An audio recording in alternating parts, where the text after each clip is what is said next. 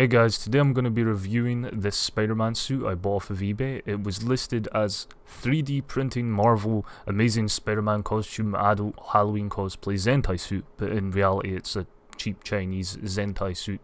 But it's still very good value and I'm going to show you around it today. So here I am wearing this suit, and just for reference I'm 6 foot 70 kilograms, not very muscly, and you can see it's pretty tight. This is the extra large size from the listing. Starting off with the mask here, we have these really cool lenses that are attached to the mask permanently. You can see visibility is restricted, but not as bad as you think it would be.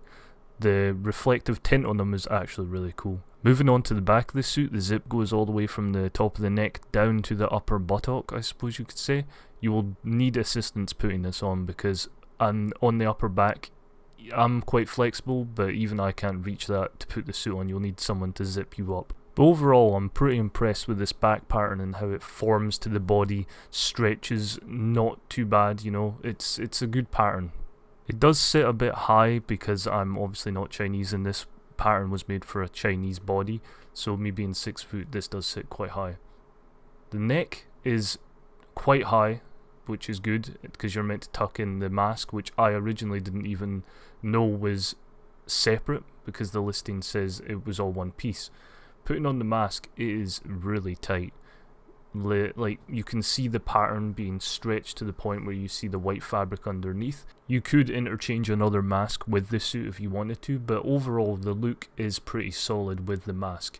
If you can get behind the fact that it's a little bit tight, then it's a good suit. It's an good overall look that only costs £30 depending on what price you get this suit for. Here you can see the neck seam from when you tuck the mask into the neck. It's not very noticeable from a distance, but if you get close you can see it is tucked in there and you can see the zips. Overall, the mask being detached is pretty useful if you're like going out and drinking on Halloween, or you just want to take a breath every now and then.